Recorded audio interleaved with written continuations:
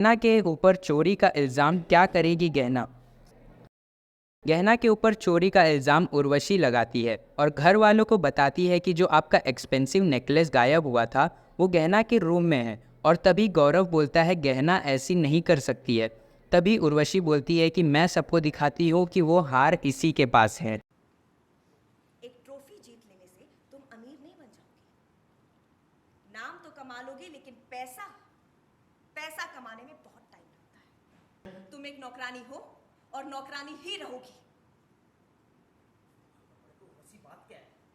कुछ बताओगे भी? ऐसे पहले बुझाती रहोगी? देखिए मम्मी, इनफैक्ट आप सब लोग देखिए इसके चेहरे को। कितना नादान भोला भाला चेहरा है इसका। कैसे यहां चुपचाप खड़ी हुई है। लेकिन ये सिर्फ गहना नहीं है, ये गहना चोर है।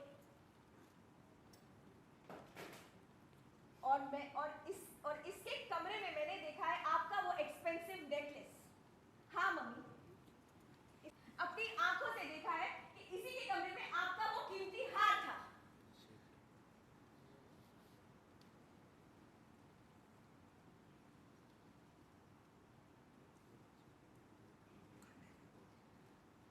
मुझे तो पहले सिर्फ शक था, अब मुझे पता है कि वो हार इसी ने चुराया है।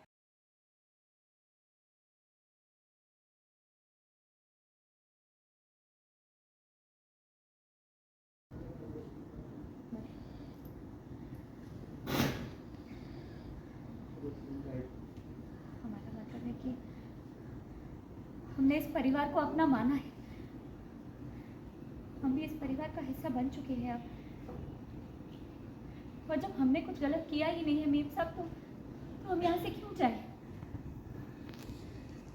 मुझे नहीं लगता कि तुम इतनी आसानी से मानोगी, लेकिन वो कहते हैं लातों की बातों से नहीं, लेकिन मुझे लात मारनी आती है।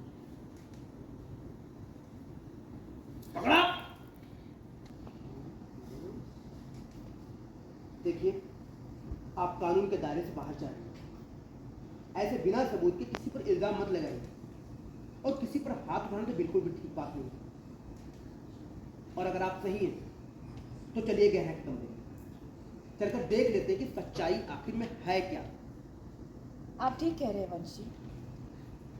इनफैक्ट वो हार मैंने गहना के कमरे से अभी तक उठाया ही नहीं था, क्योंकि मैं चाहती थी कि आप लोगों को सच्चाई पता चले। चल कर उसने बोला कि ले लो, ले लो। गहना ऐसी है ही नहीं। लेते हैं तलाश, क्योंकि गहना कभी चोरी कर ही नहीं सकती। चलिए।